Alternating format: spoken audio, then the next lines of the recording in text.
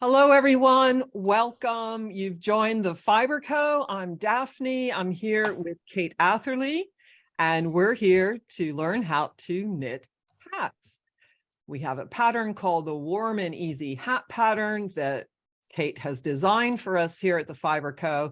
And we designed it because we had a new range of yarns called And Make come out this season.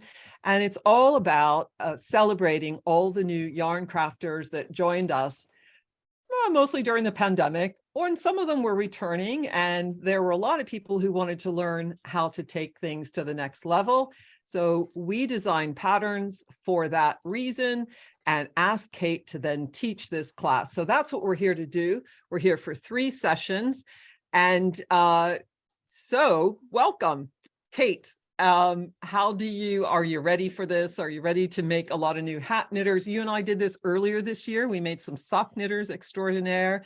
Now this time we're doing hats. How do you compare, say, learning how to knit socks to learning how to knit hats? And what, if anyone joined us then, what will be different in this class, that sort of thing? So I see a hat as an ideal project for a newer knitter, for somebody who's really just getting started, because it is, first of all, they go so quickly, especially if you use the gorgeous thick yarn, the bulky weight yarn. You can learn a lot of skills, but it's also pretty straightforward knitting in that. So big secret is things like stitch counts don't matter quite so much. It's a little bit more forgiving than a sock. I love sock knitting, but sock knitting with that thinner yarn and that thinner needle is I would say that's a little bit more challenging. That to me feels like the next step. Hat knitting is a super way of getting more familiar with things like working in the round, learning some new skills. And also we're coming up to that time of year, are we not? Are we thinking about making gifts for people? And the speediness is also a benefit, I think. And keeping our ears warm. Well, I mean, that too. I'm wearing one because it's cold today. So we think about, as the end of the year approaches, we've got to keep our own ears warm and keep the ears of our family members warm. Yes, that's good. That's great. So it's definitely much more of a beginner class. Yes. Everybody seems to be joining now. We have a good group, and I think we can start in. But what I'd just like to do is mention a couple of things here. If anybody needs help finding the And Make pattern, I'm going to be posting some links. I'm going to be monitoring the chat. If you would please, though, post your questions in the Q&A. So questions for Kate, anything technique oriented or anything about what she said. On the bottom of your screen or wherever your bar is for Zoom, you will see a Q&A section, and that will be easier for us to monitor that. But I will look through chat and make sure I know if something has come up and try and give you the best answers. I'll be posting links in there. And so if you want to get warmed up and tell us where you've signed in from, what you're looking forward to in this class, is it hat knitting? Have you brought along that friend that you just love so dearly, except she or he is not currently your knitting buddy and you want them to become your knitting buddy? Why are you here? What do you hope to get out of the class? Give us anything in the text. That'll really help us. We'll read everything and I'll feed that all back to Kate, and it'll help us with the next 2 classes, which we'll do next week and the week following. So, and Kate will be getting into the details here just shortly to let you know what we're teaching when. But I'll be monitoring the chat, and we're going to just hand it over to Kate now to make hat knitters out of everybody. Thank you so much, Daphne. And thank you. It's a joy to work with your yarns, and it's a joy to spend some time with you as well. And I'm chuckling at the idea that we're applying a little bit of knitting peer pressure here to encourage people to make hat knitters. I like it. It's good. So absolutely. So it's all about keeping our ears warm and making gifts. What we're going to be doing in this class is focusing on, we've said this how many times now, making a hat, but to be clear, we're using the Warm and Easy hat pattern that I designed for the Fibre Company for their beautiful And Make line of yarns. There's actually 3 weights of this yarn available, and therefore 3 different versions of the pattern. There's the bulky one, and that's the one that I'm wearing because you can see the details more clearly. Also, knits up most quickly. And if you're newer to this, then that's a good place to start. There's an Aran weight, which is kind of a medium weight hat. And there's also a DK weight, which is the finest of the yarns, maybe a little bit slower to knit because you've got more stitches and you're using finer yarn. But what's great about the DK weight is it makes a nice hat that you could, for example, wear under the hood of your coat when the weather gets really cold. So it depends on what style you want. And also in terms of style, we've got some options for having fun with colors and attachments and personalization details, which we'll talk about in the last class. There are 3 classes. We meet Wednesdays, 3 Wednesdays at this time. And today is going to be all about getting started. So we'll be focusing on choosing the right size to make, because these hat pats all come in multiple sizes. And I find that's pretty important when you're knitting something, because I want the thing that I make to be right for the person who's wearing it. And there can be a big difference in hat size. You don't want a hat that's too tight because it feels uncomfortable. And you also don't want a hat that's too loose because it can blow off in the wind when it gets blustery. So we've got to make the right size. I'm going to show you how to cast on, because we start at the bottom and work in the round. And so if you've not worked in the round before, I've got tips for you. And so make sure that you have your equipment. Now, I'll make a note here that this class is going to be available as a recording as well for people who have registered. So if today you don't have your equipment, that's absolutely fine. You'll watch, I'll talk through all of this, and then you'll be able to watch it again with your equipment in hand. You will need your yarn, and depending on which thickness you're using, you'll grab the appropriate thickness of yarn and the appropriate quantity. You'll need needles. And what you need for this, and what we need specifically, I've highlighted on the slide here, that the one that we start with. We actually, for the bulky size hat, it's pretty straightforward. There's one circular needle, and then we'll need a set of double pointed needles to finish up the hat. But that's the last class. We don't need to worry about those right now. If you're doing the finer ones, the Aran or the DK weight, you're actually going to need 2 sizes of circular needle. And the reason there's a second size needed is just to help manage the bounce on the ribbing so the hat stays the right size and fits comfortably. But either way, what you'll need, no matter what size you're working, you'll need a circular needle to start. And you need a 40 centimeter or a 16-inch long one. I'm using an interchangeable set here. And so I just measured when I put the cord on to make sure that it was that about a 40 centimeter, 16-inch length. It needs to be the length of that's pretty specific. It needs to be smaller than the circumference of the hat that you're knitting. I'll show you as you go. So smaller than the hat, so that you can fit all the stitches comfortably around it and knit comfortably.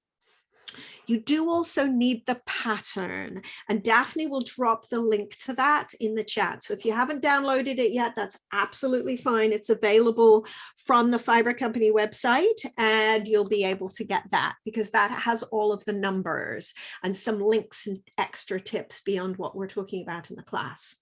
You also need stitch markers. So you'll need, we start with, oh, it's so tiny. I'll show you when I switch off to the demo. We need a removable stitch marker, a ring style stitch marker. It's just a little, there can be lots of different styles, lots of different materials. I quite like little plastic ones. I do always choose a contrasting color one to the yarn that I'm knitting with, not just for style, but because it helps me see it. It's more important than you might think. And then for the last class, we'll also need a removable stitch marker and a darning needle, but I'll talk through that as we go. So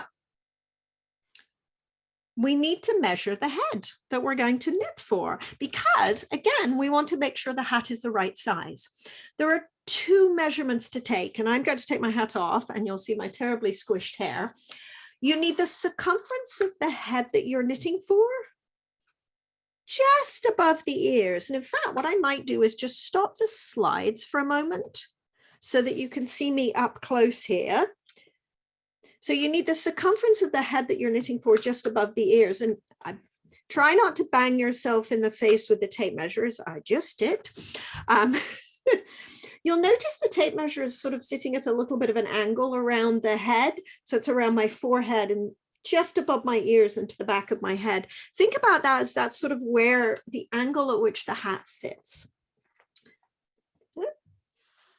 And you also need the length of your head, and the length of your head from the crown, and that is sort of center back.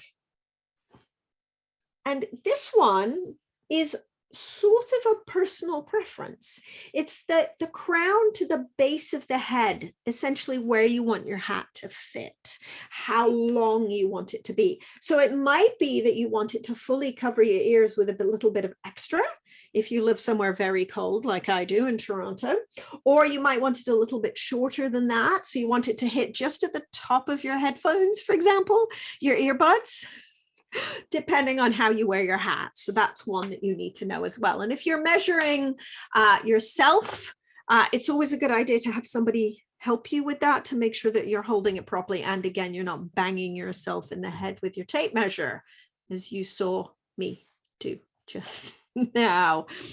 Once you've got those measurements, we're ready to go. We start by choosing the right size. And the hat size is obviously based on your head, but it shouldn't be the same as your head. It's a good idea to make the hat a little bit smaller than your head so it stretches to fit. Not so much that it feels tight and uncomfortable, but you want it to stretch to fit, especially the ribbing bit, so that it, as I mentioned, so that it stays on when the wind is blustery. But you also want it to be a little tiny bit smaller than your head so that it holds its shape over time and it doesn't fall off when it gets wet. So here's an amazing thing about wool and why I love knitting with wool so much, why I love making hats with wool so much. Wool has the ability to keep the moisture off your head. And the snowy and rainy season approaches, we have to think about that. But what happens with wool is when it absorbs the rain and the snow, the wool will sometimes relax and stretch a little bit. So if the hat starts the day a little bit snug on your head, then it's not going to stretch out too much when it protects you from that rain, if that makes sense. So we think about your head circumference, subtract about somewhere between 1 and 5 centimeters. It's about 1/2 inch to 2 inches. So when you're looking at the pattern measurements, so these are the measurements, I took them from the bulky size because that's the one that I'm working. They'll be similar for the other thicknesses of yarn as well. So it offers hat circumferences in the following measurements from 36 to 62 centimeters around. Now that covers children all the way up to adults, and adults with lots of big curly hair too, because one of the things I didn't mention, by the way, when you're taking measurements, now I've got short hair and not a lot of it, but if you've got a lot of thick curly hair, or you tend to wear your hair up in a ponytail or a bun, or you hold it up somehow, then it's a good idea to measure your head with your hair the way you would normally have it, so that it's not fitting uncomfortably around your hair too, if that makes sense. So, but as an example, if your head is 47 centimeters around, you're going to choose a size that's smaller than that. Choose the next size, choose the size that's down from that. So if your head is 47 centimeters around, you'll be making the hat that's 44 centimeters around. If your head is 53 centimeters around, you'll make the hat that's 51 centimeters, just so it stays in place. In formal terms, we refer to this as wearing something with negative ease. It means the thing is smaller than you. Ease is a term we use to describe how we wear something. If you're wearing it with positive ease, it means it's bigger than you, your winter coat, for example. If we're wearing it with negative ease, it means it's smaller than you. So a hat should be a little bit smaller than you, than your head, so that it stretches to fit. So you'll choose the size based on your head circumference. And then let's look at the lengths. And the lengths, we do have lengths, heights specified in the pattern here. And those are tied to a specific size, in that if I choose, let me get my highlights going. If I'm making the hat that's 51 centimeters around, that means that my finished hat, if I follow the instructions exactly as written in the pattern, will come out to be 22 centimeters deep. But there's a little bit of room for play in that, if truth be told. So you can adjust as you knit if you need to make that longer. And sometimes we like a hat with a little bit longer so that it's a bit looser and slouchier for a style point. Sometimes we like a slightly longer hat too, because again, if you've got lots of hair, if you wear your hair up, then it can accommodate and hold that hair to keep your hair dry when it's raining or snowing. So just make a note if you need to go longer than that. So once you've identified the size that you're going to make, you find your cast on number in the pattern. And I've listed the cast on numbers here that apply to the bulky. If you're making one of the two other sizes, the numbers will be different. And we just look up that number. If I was making the third size, I'm going to cast on 44 stitches, for example. And to start, we need that circular needle, that 16-inch or 40-centimeter circular needle, and our standard stitch marker. And we're going to use the long tail cast on. So I am going to change to my second camera and show you that long tail cast on. There we go. So there's my nice bulky yarn, so you can see my stitches. And this is what I was talking about when I said a standard stitch marker, just a ring style stitch marker. We will use one of these in a later class, but these are a little bit bulky and they can get in the way sometimes. So the long tail cast on is a super cast on for things like hats and mittens and socks. It's super when you're working in the round. It's also super when you've got ribbing that needs to stretch. So when we want this to be stretchy, because remember, we're stretching the hat to put it on because we're wearing it with that little bit of negative ease. And do you see how pretty the edge looks? I think it's a really good looking edge, that long tail cast on. So let me show you how to do that. The name gives you an important piece of information, which is to say that we need a long tail for this, because we actually make stitches from two ends of the yarn. We use the ball and we use the tail end. So we have to start a distance up that. Now, there's a number of different philosophies for estimating the length of the tail you need. I am pretty casual about this. I'm pretty relaxed about this. I leave myself, my estimate tends to be about 2 to 3 centimeters, about an inch per stitch. And so if I'm casting on 44 stitches, maybe about 90 centimeters, heading towards a meter worth of yarn for my edge.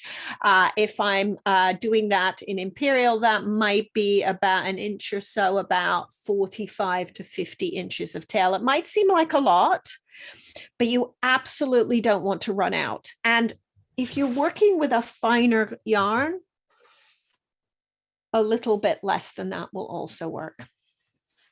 There are more accurate ways of estimating the length of the tail, but I find that they end up requiring a little bit the measurements too careful. And if truth be told, if you're too accurate estimating the length of the tail, you can get into trouble for a reason I will explain.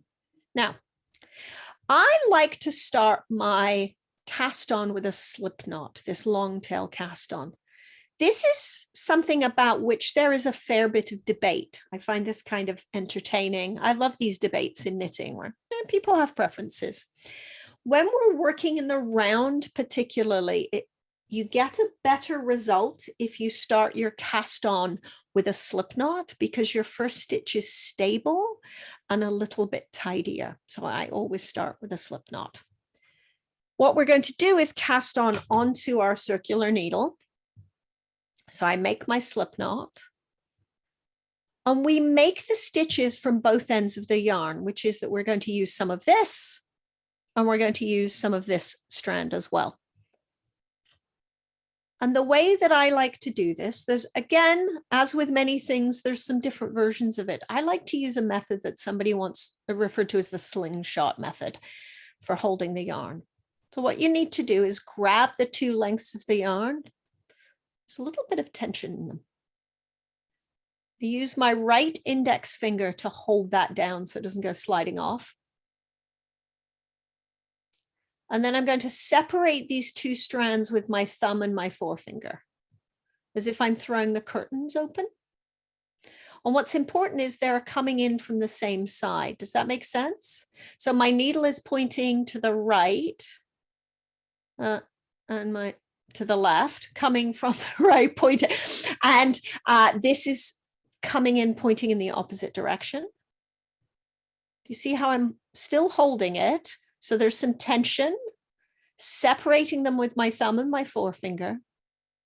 And I'm going to sort of just move my hand to the left so that my knitting needle is resting. The tip of my needle sits between my thumb and my index finger. And again, I'm holding this down so it doesn't go sliding around. And the way that I make stitches is by scooping up strands. I swing over and pick up the strand on the far side of my thumb. Do you see how I've made a loop? And then I'm going to swing over and pick up the strand over the top of it on the near side of my finger. And then I'm pulling that through. I'll do this a few times so you can see it. And then snug that up to the needle. My index finger is now holding those two down. And again, over, let me get those extra strands of yarn out of the way so it's a little less distracting. Over the far side of the thumb, and you're coming over the top and around the outside to make a loop. And then you go over the near side of the finger, over, bring it through, and then take your thumb out. And what I'm doing here is I'm just snugging this up to the needle, but do you see how my index finger is spacing those stitches out? That's so that the edge isn't too tight. That's how you keep the edge stretchy. So again, over, over, and through. And the great thing about having the recording is you'll be able to watch this as many times as you need. Now, when you're first doing it, you may find, see what I'm doing is I'm doing it all in one very smooth, elegant looking motion. You may find you need to drop these to snug those up. That's absolutely fine. Once you get good at this, you will be able to do that in that one smooth motion. As you see, I'm really sort of using my finger, my thumb to tension those up. And the important thing here is that these stitches have some space between them. You don't want them all jammed together. They should have a little bit of space between them because that's how that makes that beautiful stretchy edge. I'll do a few more stitches as I'm talking. Now, the reason I'm really relaxed about the length of my tail, and I like a good generous tail, is that you actually use the two strands up at slightly different rates. And so depending on which one is which, if your tail estimate is too accurate, you can get into trouble. You use up more of the finger strand than you do of the thumb strand. Just as an FYI. And some instructions will be particular that you need to hold this over your thumb and the ball strand over your finger. It actually, the only reason that matters, does make a bit of difference with the stitches that you're making. The only reason that matters is just so that it's helping you not run out of this. Does that make sense? If you've got a lot of stitches to cast on, to help you keep count, I might use one of these removable stitch markers or a safety pin and put it in every so often. So I've got 2, 4, 6, 8. There's 10. So I'm just going to clip that in there to help me count. Because I don't know about you, but if I'm talking, I can't count at the same time, which is probably another reason why you'll want to watch this demo a couple of times, because you'll probably not be able to count the stitches as I'm talking. You see they stretch out. And that's how we do the long tail cast on. Right. There's a reference in the pattern for that as well. So if you need a further demo, there's excellent references, by the way. There's a whole load of really good tutorial information linked off the Fibre Company website. So you should definitely make sure you visit that so you get a sense of those resources. Are there any questions about that? You'll let me know. You'll let me know what's what for that. I see one question that's come up in the chat. So Margaret asks, Margaret says the actual head circumference that they're knitting for is 61 centimeters, but Margaret would prefer the hat not to be really tight. So Margaret, in that case, what you could do is you could knit the larger size. And if you find that it is too loose, you can always thread some elastic thread through the base of the hat to keep that on. But what I might suggest you do too is look at some of the hats that the person, I don't know if this is for you or for someone else, look at the hats that this person's head already wears. That sounded funny, you know what I mean. If it's for you, look at the hats that you wear, Margaret, that you like, and measure the circumference of those to get a sense. Because it's funny, it sounds like I'm suggesting, you're not wrong. It sounds like I'm suggesting that this is going to be a really tight hat. That's not necessarily true. Even a hat that we bought in the shops, chances are that is going to be smaller than the head that wears it. So measure the ones that you have and get a sense too. That can be useful. And if you're knitting for a person who is growing fast, as little ones often do, working the larger size can also be, yes. Oh, and so Margaret has responded that it is a gift. Excellent. And the person that they're knitting for does indeed wear them loose. So yeah, absolutely go for it. But now you understand the rationale for that, the slightly more fitted hat. Yeah, absolutely. All about just making it stay on in the wind. If you don't live anywhere windy, you're okay. Right. So any questions about that long tail cast on? I'm hoping that demo made sense and everybody was able to see that. And so you're going to cast on, as I say, that required number of stitches for your size and check your pattern for whatever that size will be. I see a question from Kathy in the chat. Kathy says, can we use the old Norwegian or the twisted German cast on? You absolutely can. So there are a number of different stretchy cast ons that work well for working in the round. I like this long tail cast on because it does have some give to it. I think it's a handsome looking cast on, and it's relatively straightforward to do once you get the hang of it. There's a cast on that's a variation, and it's known as the twisted German or old Norwegian cast on. That method is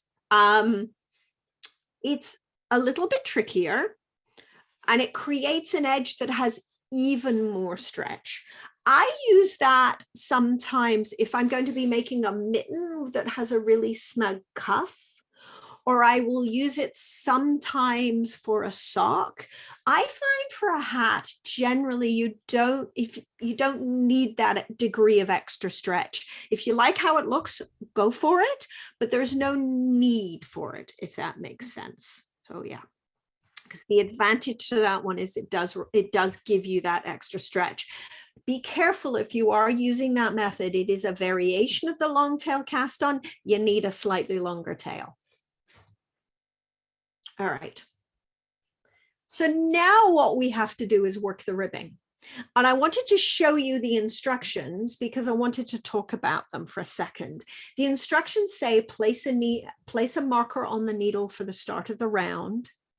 And we're going to use knit 1, purl 1 ribbing. What we have to do is we have to join the round so that we are working in the round. And it's funny, the instructions so often say join the round, and then start the ribbing? Well, we sort of have to describe it as two separate things, but they happen at the same time. Knitting that first stitch of our ribbing is actually what joins the round. Let me show you how that goes, and let me show you about the markers as well. So I have another needle here where this is my, like they do in the cooking programs on television. Here's one I made earlier with the right number of stitches. That way I didn't have to try and count as I was going. And what I'm going to do is place a marker on the needle. Now, because I use the long tail cast on, both ends of the yarn are hanging off this, the same side. So there's the ball of yarn and then the tail end of my yarn. And that needle goes into my right hand, and I need to pop a stitch marker on there. So I've got a ring style removable stitch marker, and our round is not joined at this point. What we want to do is we're going to knit that first stitch to join the round, to bring these together. And by knitting that stitch, we make it joined. What I like to do is knit the first stitch with both ends of the yarn, both the ball end and the tail end. I find that that makes that join a little bit tighter and reduces the gap, reduces the divot. So again, this is the first stitch I cast on. That's actually my slip knot. I've got my marker on the tip of my right needle. And I'm going to knit my first stitch. And now do you see that I'm joined? I've got a circle here, an unending circle. Something else that we need to pay attention to. If you've worked in the round before, or you've looked at instructions, you might have seen a note that says, do not twist. It will say, join for working in the round, being careful not to twist. Well, we have to make sure we're not twisted because we want to make sure that the hat comes out to be wearable. That is, you can actually put it on your head. If the round is twisted, you end up making a Mobius strip if you're mathematically inclined. So what does it look like when the round is twisted? This is an untwisted round. Do you see how all of the stitches are all at the base and all of the, like the cast on edges at the base there, uninterrupted. It's all sitting below the needle. And we've got the stitches all sitting on the tops of the needles. After I've knitted this first stitch, I always put my work down, take a breath, and then check to see. The good news is, if there is a twist in your round, it can be fixed. Can I show you the magic trick?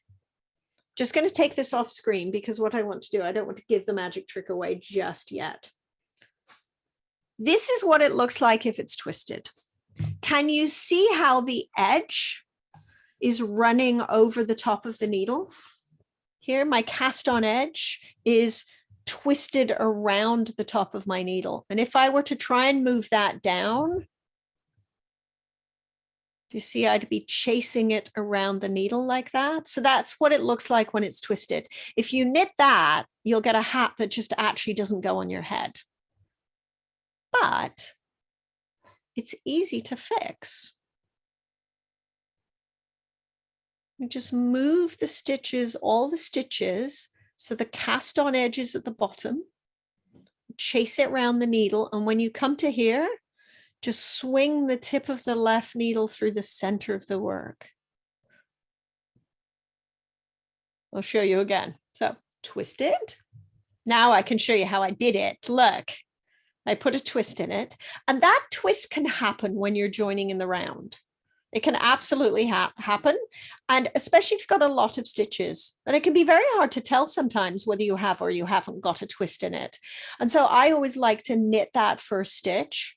And even I might knit more than that first stitch. I might do a few stitches. I might even knit most of the way around the first round and then pause and assess. And so here you can see that there's a twist because the cast on edge is running over the top of the needle. But again, we can take this out. I'm swinging carefully swinging the tip of the needle through the center of the work. So now we're confirmed we are not twisted. And then the instructions say knit 1, purl 1 ribbing. I knitted my first stitch and now I need to purl. So I'm going to bring my yarn to the front and purl. And then take the yarn to the back and knit. And it's worth moving slowly through this first round because you are getting the pattern set up. Knit 1, purl 1, knit 1,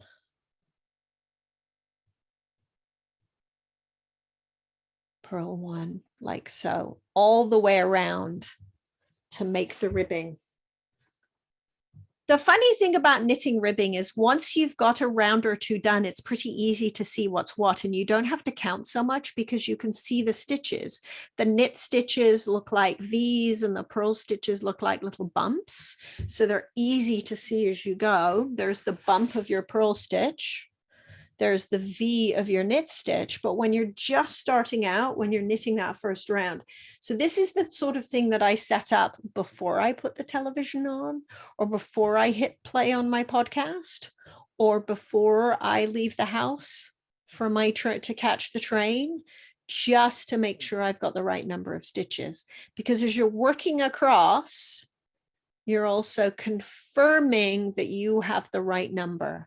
In all cases, we need an even number of stitches. So we begin with a knit and we end with a purl. And it's been known to happen that something doesn't quite work out. And when you get all the way around to the end, suddenly you don't seem to have the right number of stitches. It happens.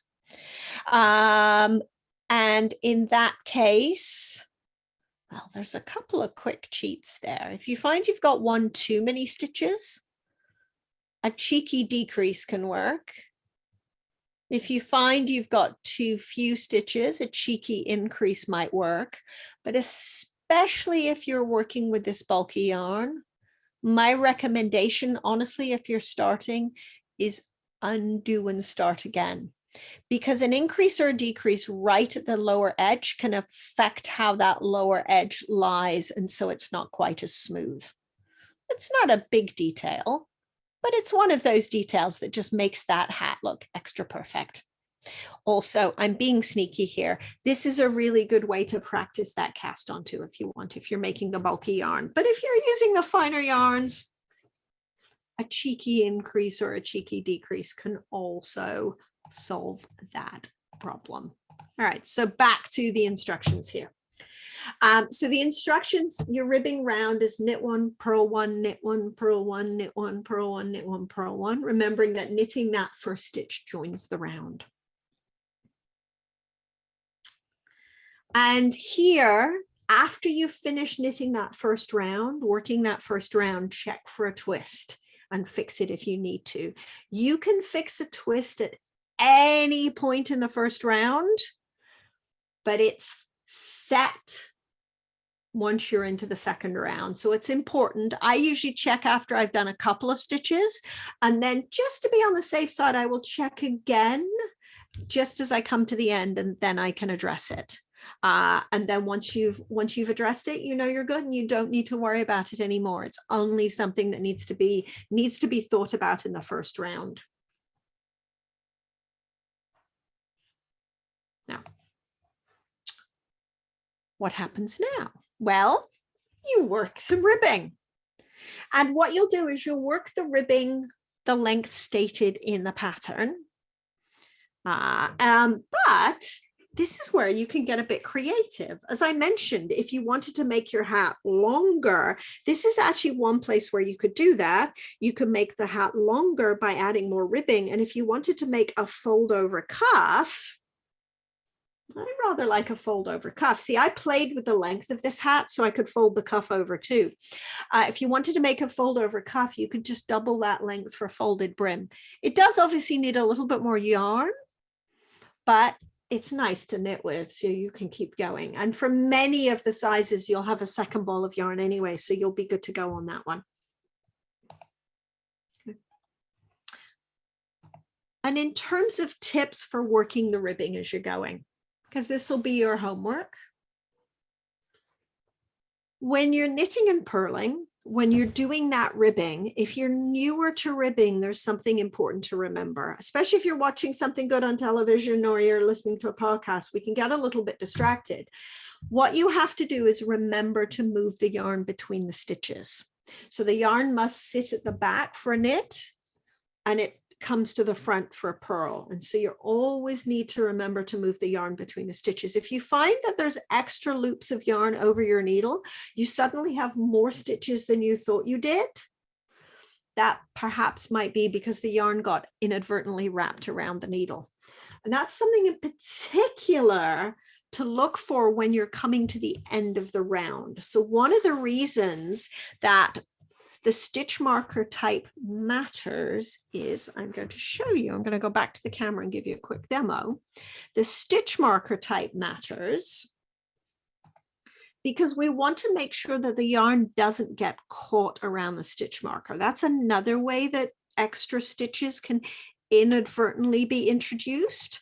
That's another mistake that can sometimes happen when you're working in the round. And here, now, unfortunately, I don't have knitting help hiding here under my desk to finish my knitting. So I'm just going to pretend that this is the end of the round. It isn't. I'm cheating. But when you come to the end of the round, you just move this over. So we'll finish with a purl, and then the next stitch will be a knit. So before you move the stitch marker, make sure your yarn is at the back in position to knit. Does that make sense? The challenge with these clippy styles or the beaded stitch markers, the pretty hanging stitch markers, is that your yarn can get trapped around them and you can make this too long, or it can get caught and you can get extra loops around your needle. So these are great for other purposes, but they're not my preferred style for working the round. I much prefer something that just sort of sits tidy out of the way, and I'm less likely to catch my yarn on it. Okay. Margaret has asked a question in the chat, in the Q&A. So Margaret asks, she says that she's got a 24-inch, a 60-centimeter circular needle. So Margaret, the circumference of the needle, the length of the needle that you're working on has to be smaller than the hat that you're making. And so a 16-inch, 40-centimeter, some brands sell a 50-centimeter, a 20-inch needle. But it does have to be a needle smaller than the head that you're knitting for so that the stitches fit comfortably around it. Otherwise, the stitches are too stretched out. Couple of other tips, and Winifred, I'm going to come to that one. That's a good question. When you are working in the round, you need to make sure that you don't lose your stitch marker, because your stitch marker is important to help you keep track of what you're doing. So when you're working in the round like this, if you need to put your work down, and you probably will, you need to pick up your teacup or a piece of chocolate, or you maybe just have to actually go back to work and stop knitting. Always do it partway through the round. Never do it at the start of the round, because if you do it at the start of the round, your stitch marker might disappear. It can fall off and you don't want to lose your stitch marker. So always a few stitches into the round. And then when you're measuring your ribbing, you're assessing the length of your ribbing. Measure it on a section that's sitting on the needle cord, not on the body of the needle. The needle cord, I mean here, and I'm going to go back to my camera again. The needle cord here. So this is what I mean about putting it down partway through rather than at the start of the round, because you don't want that to go missing. So when you're measuring the depth of the ribbing, where's my ruler here?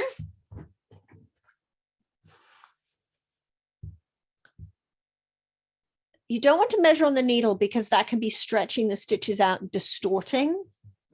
You get a much more accurate measurement if you're measuring the stitches that are sitting on the cord of the needle. And to get the best measurement, sort of go from about halfway up that stitch. So I'm just approaching 2 centimeters here. Another advantage to working with a bulky weight yarn. Oh, goodness, that goes quickly. Winifred asks a question about tips on knitting an even looking rib. Ribbing can look a little bit funny when we're knitting it because we're moving the yarn between the stitches. Oh, always check that, first of all, we're making the right stitch. So there's my purl bump. There's my knit stitch. So my next one needs to be a purl. Make sure that you're always moving the yarn between the needles. And then when you're doing a purl stitch, give it just a smidge of an extra tug. It's a funny thing about the knit stitch and the purl stitch. The knit stitch is slightly snugger and tidier than a purl stitch. Without getting too theoretical, the reason this is true is the yarn travels a slightly shorter distance for a knit. Do you see when I'm wrapping for knit, it's not going quite all the way around?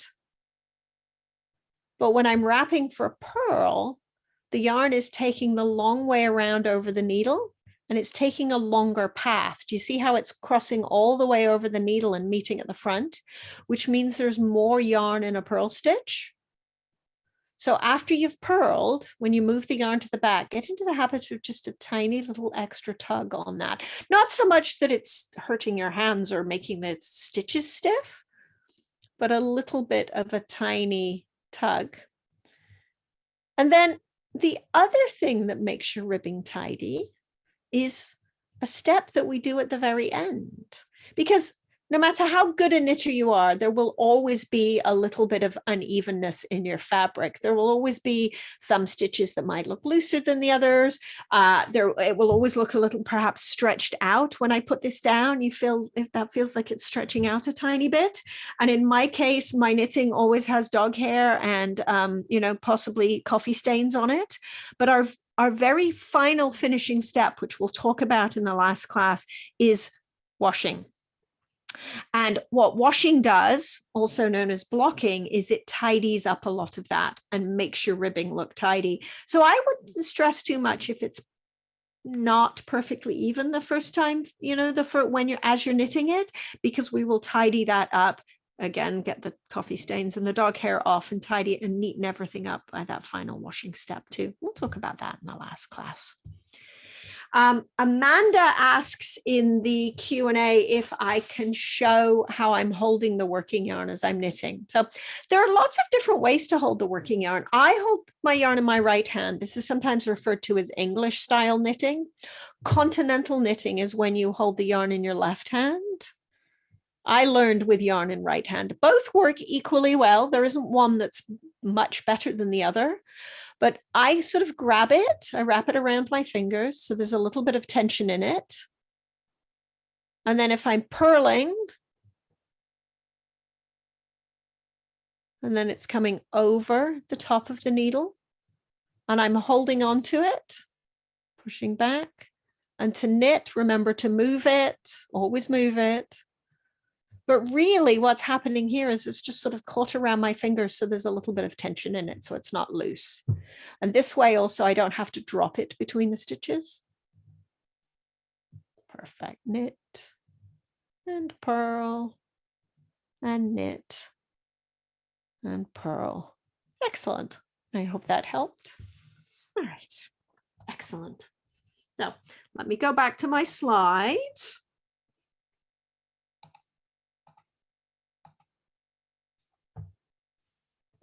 And that's your homework. That's what we do for the next step. So for the next step, have your ribbing done. And if you're working with your Aran or your DK weight yarn, then make sure that you also have the next size circular needle with you. Just in the last few minutes, so let me see. I see some other questions here. So Lisa asked a question, I'm worried about the spacing of the stitches in the cast on for the DK yarn. Lisa, I'd love to get a bit more detail about what your question is specifically. I'm wondering if you can help me with that, maybe type a bit more info into the chat, the Q&A, to give me a sense of what the question is. Is it about distributing them across your needles, or is it about something else? Let me know. I'll come back to that. Someone else asked a question. If the pattern says to knit so many rows or rounds in the ribbing rather than a certain distance, do you count the row on the needles? So no, what an excellent question. Let me show you how I would do that counting. In this case, we do it by distance. And between you and me, we do it by distance because I find counting can get a bit pesky, particularly if you are using a darker colored yarn. But when you're counting, I do not count the loop on the needle. So here, these swoopy edges, that's my cast on. This, you see one knit stitch here, and those are my purl bumps. So that means I've only done one. Here, you can see there's my swoopy cast on edge, and I've got 1, 2, 3, 4, 5, 6. But if this were on the needles, I wouldn't count the loops on the needles. I hope that helped. Yep. Oh, and Lisa's clarified the question about casting on. So I'll come back to my casting on needles here. It's about the spacing. So when I was pulling them up on my needle, I was using my index finger to space those stitches out. Really what you want to aim for is you want to aim for about a couple of stitches worth of space between them. Does that make sense? You see how here they're not all jammed together? You could probably fit a stitch or two extra in there if I really wanted to. So that's about the spacing you're aiming for. Good question. All right. And Susan in the Q&A says, how do you determine the yarn weight for the pattern? So Susan, if you, there's 3 different versions of the pattern based on the yarn that you're using. If you're using the bulky weight, the thick one, buy the bulky weight yarn. I'm sorry, that's going to sound like, I don't know whether that's a helpful answer or not. If you're going to buy if you want to make the Aran weight pattern, you'll buy the Aran weight version of the and make yarn. And obviously there's a DK as well. So you'll be matching up that specific yarn thickness to the pattern. Does that answer the question? I hope. Excellent. All right. So excellent. Thank you, Susan. Oh, nope. So let me get my slides here. So for next week, have your hat ribbing done. And if you're working with the Aran or the DK weight, make sure you have the larger size circular needle handy. Next week, what we're going to talk about is increases, because we actually do a little bit of an increase to transition from the ribbing to the plain section of the hat, because ribbing stretches, whereas the plain fabric doesn't stretch out quite as much. So we need a few more stitches. We'll talk about that, working those increases, and I'm going to share my favorite increase with you. We'll also talk about how you can adjust the hat length and some tips and tricks for working in the round, and how to get ready for the finish. And in the last class, we'll talk about, see, I made this longer than the pattern recommended, not for, well, I mean, comedy value is also part of it, but so that I could adjust the ribbing, because some days I don't need my ears covered quite as much. And so next week, we're going to talk about some of those customizations. And then in the final class, we'll talk about finishing the top, and we'll talk about some of those gorgeous customizations like pom-poms and tassels and things. Excellent. So in the last couple of minutes, are there further questions? Daphne, is there anything that we've missed in the chat? I think I don't think so. I think we've kept up to date with, oh, wait a minute, something just came in. Are the classes taped? Yes, taped. I love that, taped. Taped. Yes, We still absolutely. have Yes. tape. No, we don't. Yes, they are being recorded. Thankfully, I hit the record button before we got started, and we'll be gathering that or downloading that tonight and getting that sent out. So everybody can look for an email for that. If you've registered for the class properly, you'll get that in your email. And I did want to actually make that. First of all, I wanted to say thank you, Kate, all those good instructions. And I was chatting with someone who's in the class who's actually one of our stockists in just outside of Toronto, Deanna Goodman with Needles in the Hay. And I was like, hey, Deanna, you're here. And she's like, yeah. She goes, I always take classes from Kate whenever I can, because I always learn something. She goes, and it helps me with my clients. So that's a real sign. And Kate, I always learn something from you as well. So thank you. And you know, I heard you say you're going to share your favorite increase next week. And you know, when Kate throws something out like her favorite anything, you know, we should all listen, because it's going to be very useful. And I wanted to also say that don't forget that within the pattern, there are links to all kinds of tutorials. So watch the recordings, but also click on those links and definitely have another look at how we're showing how to do different things. Absolutely. There's all sorts of really great tutorial information on the Fibre Company website. It's a super resource. Absolutely. So yeah, the patterns are always good that way. Yes. No. Excellent. So I've just put the slide up again, showing that what we'll be talking about in the next 2 sessions, and with just a reminder about the dates. And if indeed there's a date that you're not able to make, those recordings are definitely available if you register. So you'll be able to attend them real time or via recording. And for those of you who want to watch that long tail cast on lesson again, it will be available to you, because I know that that is one that it can take a few tries to learn, but it's worth it. You get a beautiful edge and a stretchy edge, and I think it also makes you look very clever. Yes, and that's important. We did have a question come in from Kathy here, just mentioning that November 23rd, the last class, is the day before Thanksgiving. And to our American friends, yes, that's usually a date when everybody's traveling and fighting their way through airports and that sort of thing. We'll be here calm and collect, teaching the 3rd class, and you know, but it's going to be recorded, so don't worry. Whenever you get to your destination, or you find a time to run away from all the guests for the Thanksgiving weekend, you can watch that 3rd recording and get in some stitches. And so that's no problem at all. We'll make sure everything gets recorded and shared. Excellent. And you'll be ready for the holiday season with a beautiful new hat. Yes, absolutely. Yes. Right. And maybe even next week I'll have a hat on, or I'll have one in process and show you where I'm at, everyone. So, well, I think we've done it, Kate. We've kicked it off. Excellent. We're creating some new hat knitters. A lot of the comments to start off were all about, you know, they used to knit, or they're new to knitting and wanted to focus on knitting in the round and knitting something practical. So I think, you know, the majority of the people are in the right place, and they're here to learn hat making. Which excellent. Excellent.